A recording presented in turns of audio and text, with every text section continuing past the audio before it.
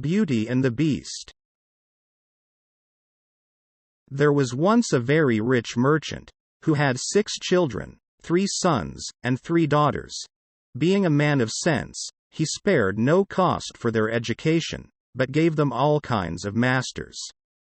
His daughters were extremely handsome, especially the youngest. When she was little, everybody admired her, and called her the Little Beauty.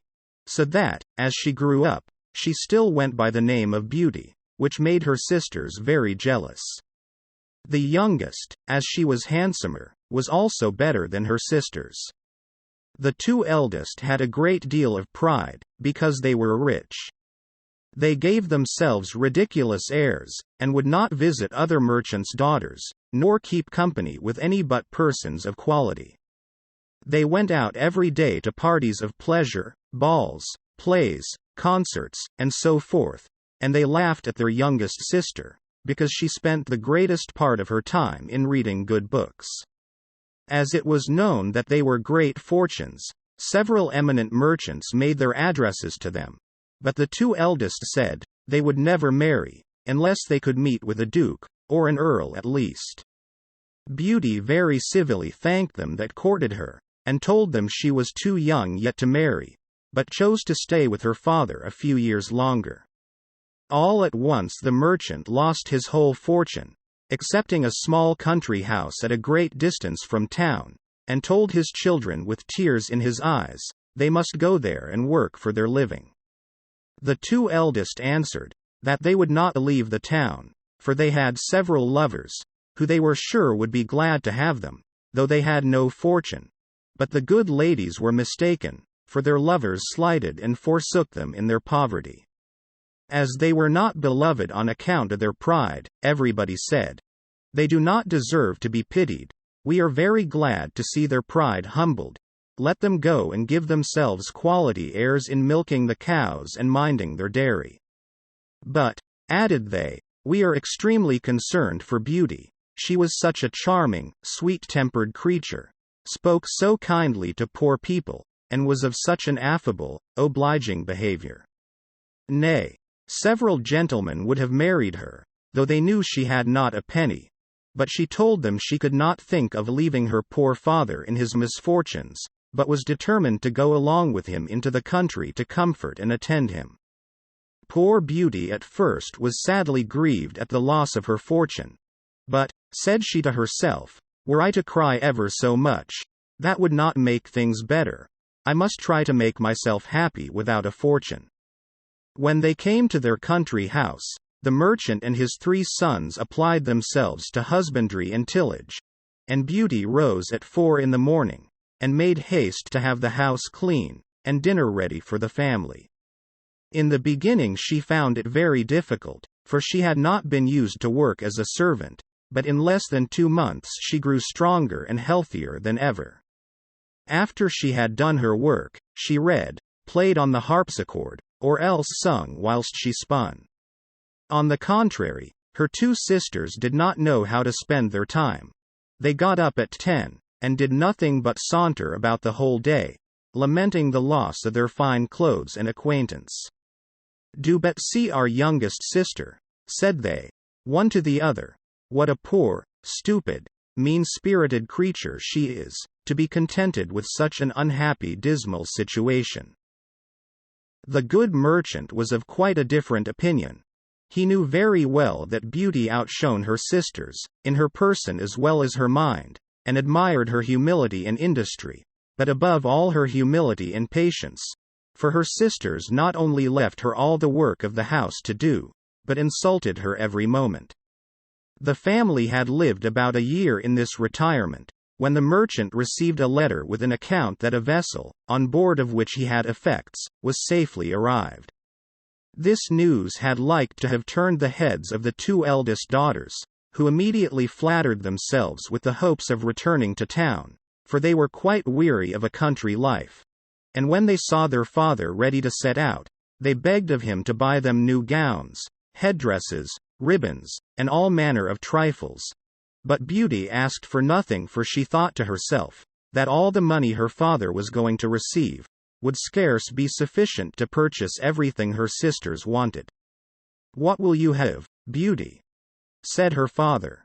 "Since you have the goodness to think of me," answered she, "be so kind to bring me a rose, for as none grows hereabouts, they are a kind of rarity." Not that Beauty cared for a rose, but she asked for something, lest she should seem by her example to condemn her sister's conduct, who would have said she did it only to look particular.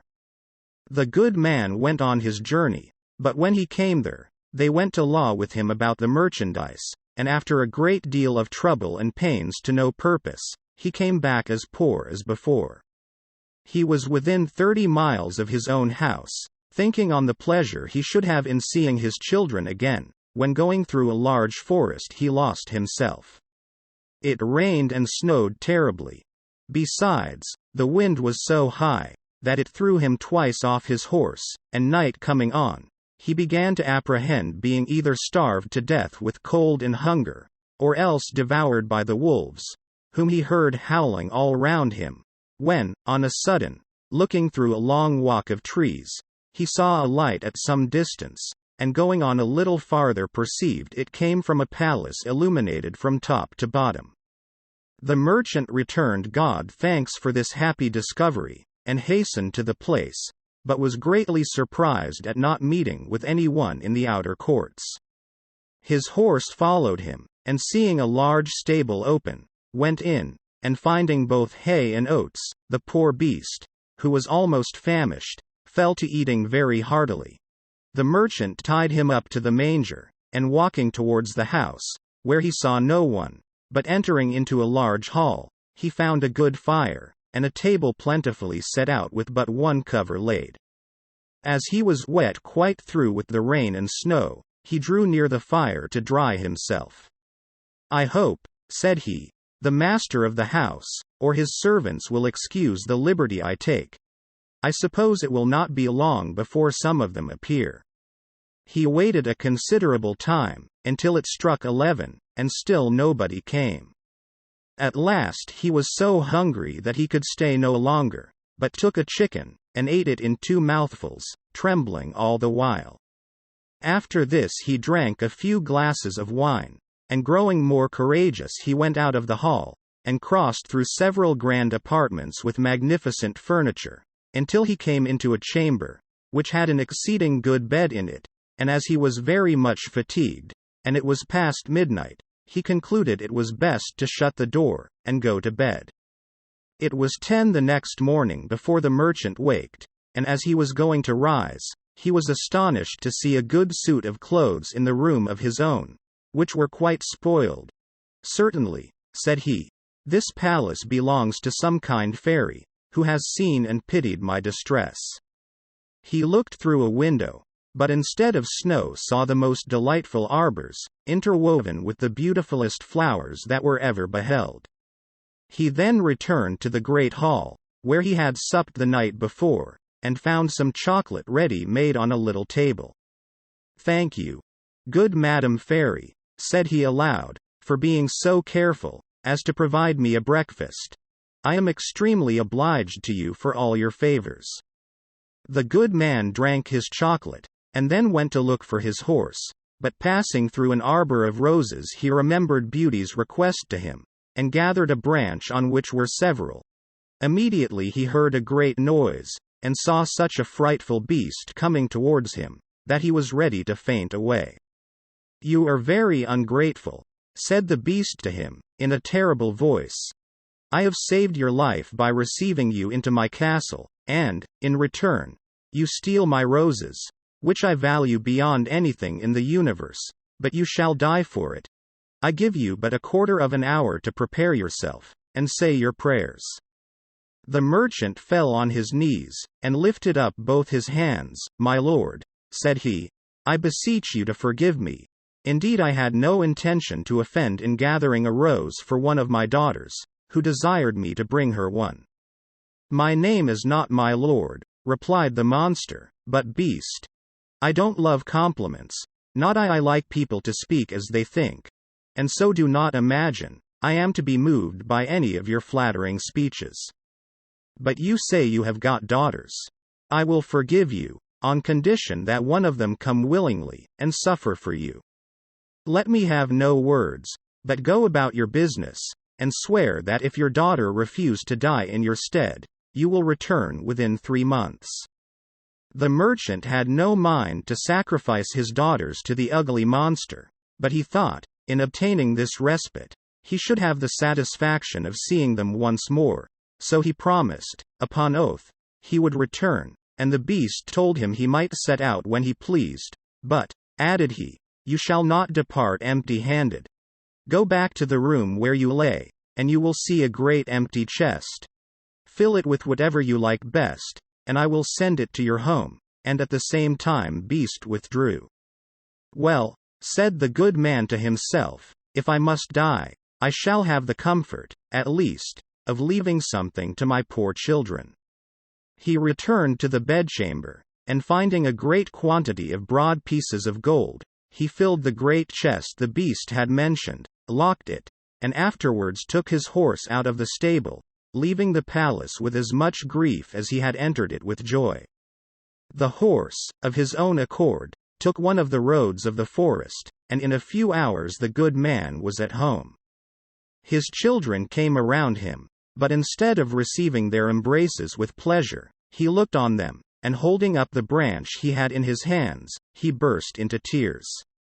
Here, Beauty, said he, take these roses, but little do you think how dear they are like to cost your unhappy father, and then related his fatal adventure. Immediately the 2 eldest set up lamentable outcries, and said all manner of ill-natured things to Beauty, who did not cry at all. Do but see the pride of that little wretch, said they. She would not ask for fine clothes, as we did. But no, truly, Miss wanted to distinguish herself, so now she will be the death of our poor father, and yet she does not so much as shed a tear. Why should I? Answered Beauty. It would be very needless, for my father shall not suffer upon my account, since the monster will accept of one of his daughters. I will deliver myself up to all his fury, and I am very happy in thinking that my death will save my father's life, and be a proof of my tender love for him. No, sister, said her 3 brothers, that shall not be. We will go find the monster, and either kill him, or perish in the attempt. Do not imagine any such thing, my sons, said the merchant. Beast's power is so great, that I have no hopes of your overcoming him. I am charmed with Beauty's kind and generous offer, but I cannot yield to it. I am old, and have not long to live, so can only loose a few years, which I regret for your sakes alone, my dear children. Indeed, father, said Beauty, you shall not go to the palace without me. You cannot hinder me from following you. It was to no purpose all they could say.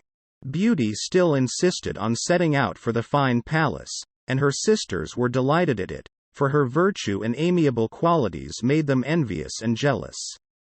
The merchant was so afflicted at the thoughts of losing his daughter, that he had quite forgot the chest full of gold, but at night when he retired to rest, no sooner had he shut his chamber door, than, to his great astonishment, he found it by his bedside. He was determined, however, not to tell his children that he was grown rich, because they would have wanted to return to town, and he was resolved not to leave the country. But he trusted Beauty with the secret, who informed him that 2 gentlemen came in his absence, and courted her sisters. She begged her father to consent to their marriage, and give them fortunes, for she was so good, that she loved them and forgave heartily all their ill usage. These wicked creatures rubbed their eyes with an onion to force some tears when they parted with their sister, but her brothers were really concerned. Beauty was the only one who did not shed tears at parting, because she would not increase their uneasiness. The horse took the direct road to the palace, and towards evening they perceived it illuminated as at first. The horse went of himself into the stable, and the good man and his daughter came into the great hall, where they found a table splendidly served up, and 2 covers. The merchant had no heart to eat, but Beauty, endeavoring to appear cheerful, sat down to table, and helped him. Afterwards, thought she to herself, Beast surely has a mind to fatten me before he eats me, since he provides such plentiful entertainment. When they had supped, they heard a great noise, and the merchant, all in tears, bid his poor child farewell, for he thought Beast was coming. Beauty was sadly terrified at his horrid form, but she took courage as well as she could, and the monster having asked her if she came willingly, "Yes," said she, trembling. The Beast responded, "You are very good, and I am greatly obliged to you. Honest man, go your ways tomorrow morning, but never think of coming here again." "Farewell, Beauty, farewell, Beast," answered he, and immediately the monster withdrew. "Oh, daughter," said the merchant, embracing Beauty, "I am almost frightened to death. Believe me, you had better go back, and let me stay here." "No, father," said Beauty, in a resolute tone, "you shall set out tomorrow morning, and leave me to the care and protection of Providence." They went to bed, and thought they should not close their eyes all night. But scarce were they laid down, then they fell fast asleep, and Beauty dreamed. A fine lady came, and said to her, "I am content, Beauty, with your good will. This good action of yours in giving up your own life to save your father's shall not go unrewarded." Beauty waked, and told her father her dream, and though it helped to comfort him a little, yet he could not help crying bitterly, when he took leave of his dear child. As soon as he was gone, Beauty sat down in the great hall, and fell a-crying likewise, but as she was mistress of a great deal of resolution, she recommended herself to God, and resolved not to be uneasy the little time she had to live, for she firmly believed Beast would eat her up that night. However, she thought she might as well walk about until then, and view this fine castle, which she could not help admiring. It was a delightful pleasant place, and she was extremely surprised at seeing a door, over which was written, "Beauty's apartment." She opened it hastily, and was quite dazzled with the magnificence that reigned throughout. But what chiefly took up her attention, was a large library, a harpsichord, and several music books. "Well," said she to herself, "I see they will not let my time hang heavy upon my hands for want of amusement." Then she reflected, "Were I but to stay here a day, there would not have been all these preparations." This consideration inspired her with fresh courage, and opening the library she took a book, and read these words, in letters of gold: "Welcome, Beauty, banish fear. You are queen and mistress here. Speak your wishes, speak your will, swift obedience meets them still." "Alas," said she, with a sigh, "there is nothing I desire so much as to see my poor father, and know what he is doing." She had no sooner said this, when casting her eyes on a great looking-glass, to her great amazement, she saw her own home, where her father arrived with a very dejected countenance. Her sisters went to meet him, and notwithstanding their endeavors to appear sorrowful, their joy, felt for having got rid of their sister, was visible in every feature. A moment after, everything disappeared, and Beauty's apprehensions at this proof of Beast's complaisance. At noon she found dinner ready, and while at table, was entertained with an excellent concert of music, though without seeing anybody. But at night, as she was going to sit down to supper, she heard the noise Beast made, and could not help being sadly terrified. "Beauty," said the monster, "will you give me leave to see you sup?" "That is as you please," answered Beauty trembling. "No," replied the Beast, "you alone are mistress here. You need only bid me gone, if my presence is troublesome, and I will immediately withdraw. But, tell me, do not you think me very ugly?" "That is true," said Beauty, "for I cannot tell a lie, but I believe you are very good-natured." "So I am," said the monster, "but then, besides my ugliness, I have no sense. I know very well that I am a poor, silly, stupid creature. This no sign of folly to think so, replied Beauty, for never did fool know this, or had so humble a conceit of his own understanding. Eat then, Beauty, said the monster, and endeavor to amuse yourself in your palace, for everything here is yours, and I should be very uneasy, if you were not happy. You are very obliging, answered Beauty. I own I am pleased with your kindness, and when I consider that, your deformity scarce appears. Yes, yes, said the Beast, my heart is good, but still I am a monster.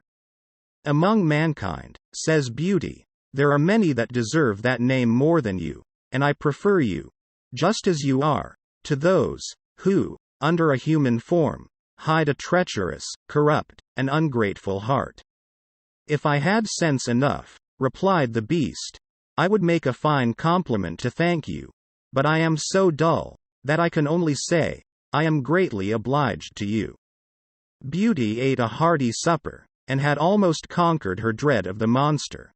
But she had like to have fainted away, when he said to her, Beauty, will you be my wife? She was some time before she dared answer, for she was afraid of making him angry, if she refused. At last, however, she said trembling, No, Beast. Immediately the poor monster went to sigh, and hissed so frightfully, that the whole palace echoed. But Beauty soon recovered her fright, for Beast having said, in a mournful voice, Then farewell, Beauty, left the room, and only turned back, now and then, to look at her as he went out. When Beauty was alone, she felt a great deal of compassion for poor Beast. Alas, said she, 'tis thousand pities, anything so good-natured should be so ugly. Beauty spent 3 months very contentedly in the palace. Every evening Beast paid her a visit, and talked to her, during supper, very rationally, with plain good common sense, but never with what the world calls wit. And Beauty daily discovered some valuable qualifications in the monster, and seeing him often had so accustomed her to his deformity, that, far from dreading the time of his visit, she would often look on her watch to see when it would be 9, for the Beast never missed coming at that hour. There was but one thing that gave Beauty any concern, which was, that every night, before she went to bed, the monster always asked her, if she would be his wife. One day she said to him, Beast, you make me very uneasy. I wish I could consent to marry you, but I am too sincere to make you believe that will ever happen. I shall always esteem you as a friend, endeavor to be satisfied with this. I must, said the Beast, for, alas, I know too well my own misfortune, but then I love you with the tenderest affection. However, I ought to think myself happy, that you will stay here. Promise me never to leave me. Beauty blushed at these words. She had seen in her glass, that her father had pined himself sick for the loss of her, and she longed to see him again. I could, answered she, indeed, promise never to leave you entirely, but I have so great a desire to see my father, that I shall fret to death, if you refuse me that satisfaction. I had rather die myself, said the monster, than give you the least uneasiness. I will send you to your father, you shall remain with him, and poor Beast will die with grief. No, said Beauty, weeping, I love you too well to be the cause of your death. I give you my promise to return in a week. You have shown me that my sisters are married, and my brother's gone to the army. Only let me stay a week with my father, as he is alone. You shall be there tomorrow morning, said the Beast, but remember your promise. You need only lay your ring on a table before you go to bed, when you have a mind to come back. Farewell, Beauty. Beast sighed, as usual, bidding her good night, and Beauty went to bed very sad at seeing him so afflicted. When she waked the next morning, she found herself at her father's, and having rung a little bell, that was by her bedside, she saw the maid come, who, the moment she saw her, gave a loud shriek, at which the good man ran upstairs, and thought he should have died with joy to see his dear daughter again. He held her fast locked in his arms above a quarter of an hour. As soon as the first transports were over, Beauty began to think of rising, and was afraid she had no clothes to put on. But the maid told her that she had just found, in the next room, a large trunk full of gowns, covered with gold and diamonds. Beauty thanked good Beast for his kind care, and taking one of the plainest of them, she intended to make a present of the others to her sisters. She scarce had said so when the trunk disappeared. Her father told her that Beast insisted on her keeping them herself, and immediately both gowns and trunk came back again. Beauty dressed herself, and in the meantime, they sent to her sisters, who hastened thither with their husbands. They were both of them very unhappy. The eldest had married a gentleman, extremely handsome indeed, but so fond of his own person, that he was full of nothing but his own dear self, and neglected his wife. The second had married a man of wit, but he only made use of it to plague and torment everybody, and his wife most of all. Beauty's sisters sickened with envy, when they saw her dressed like a princess, and more beautiful than ever, nor could all her obliging affectionate behavior stifle their jealousy, which was ready to burst when she told them how happy she was. They went down into the garden to vent it in tears, and said one to the other, "In what way is this little creature better than us, that she should be so much happier?" "Sister," said the oldest, "a thought just strikes my mind. Let us endeavor to detain her above a week, and perhaps the silly monster will be so enraged at her for breaking her word, that he will devour her." "Right, sister," answered the other. "Therefore we must show her as much kindness as possible." After they had taken this resolution, they went up, and behaved so affectionately to their sister, that poor Beauty wept for joy. When the week was expired, they cried and tore their hair, and seemed so sorry to part with her, that she promised to stay a week longer. In the meantime, Beauty could not help reflecting on herself, for the uneasiness she was likely to cause poor Beast, whom she sincerely loved, and really longed to see again. The 10th night she spent at her father's, she dreamed she was in the palace garden, and that she saw Beast extended on the grass plat, who seemed just expiring, and, in a dying voice, reproached her with her ingratitude. Beauty started out of her sleep, and bursting into tears. "Am I not very wicked," said she, "to act so unkindly to Beast, that has studied so much, to please me in everything? Is it his fault if he is so ugly, and has so little sense? He is kind and good, and that is sufficient. Why did I refuse to marry him? I should be happier with the monster than my sisters or with their husbands. It is neither wit, nor a fine person, in a husband, that makes a woman happy, but virtue, sweetness of temper, and complacence, and Beast has all these valuable qualifications. It is true, I do not feel the tenderness of affection for him, but I find I have the highest gratitude, esteem, and friendship. I will not make him miserable. Were I to be so ungrateful, I should never forgive myself." Beauty, having said this, rose, put her ring on the table, and then laid down again. Scarce was she in bed before she fell asleep, and when she waked the next morning, she was overjoyed to find herself in the Beast's palace. She put on one of her richest suits to please him, and waited for evening with the utmost impatience. At last the wished-for hour came. The clock struck 9, yet no Beast appeared. Beauty then feared she had been the cause of his death. She ran crying and wringing her hands all about the palace, like one in despair. After having sought for him everywhere, she recollected her dream, and flew to the canal in the garden, where she dreamed she saw him. There she found poor Beast stretched out, quite senseless, and, as she imagined, dead. She threw herself upon him without any dread, and finding his heartbeat still, she fetched some water from the canal, and poured it on his head. Beast opened his eyes, and said to Beauty, "You forgot your promise, and I was so afflicted for having lost you, that I resolved to starve myself. But since I have the happiness of seeing you once more, I die satisfied." "No, dear beast," said Beauty, "you must not die. Live to be my husband. From this moment I give you my hand, and swear to be none but yours. Alas! I thought I had only a friendship for you, but the grief I now feel convinces me that I cannot live without you." Beauty scarce had pronounced these words, when she saw the palace sparkle with light, and fireworks, instruments of music. Everything seemed to give notice of some great event. But nothing could fix her attention. She turned to her dear beast, for whom she trembled with fear. But how great was her surprise! Beast was disappeared, and she saw, at her feet, one of the loveliest princes that I ever beheld, who returned her thanks for having put an end to the charm, under which he had so long resembled a beast.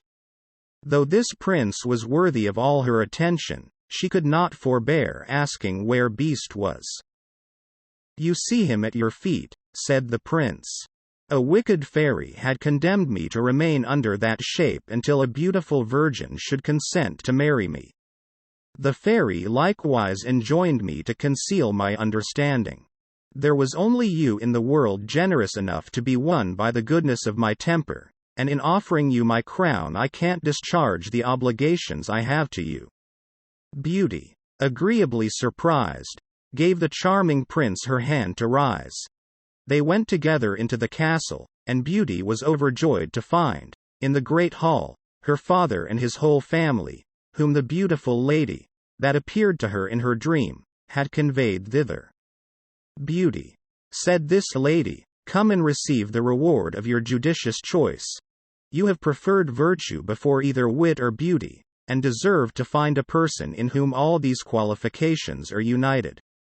You are going to be a great queen. I hope the throne will not lessen your virtue, or make you forget yourself. As to you, ladies," said the fairy to Beauty's two sisters, "I know your hearts, and all the malice they contain. Become two statues, but, under this transformation, still retain your reason. You shall stand before your sister's palace gate, and be it your punishment to behold her happiness, and it will not be in your power to return to your former state, until you own your faults, but I am very much afraid that you will always remain statues.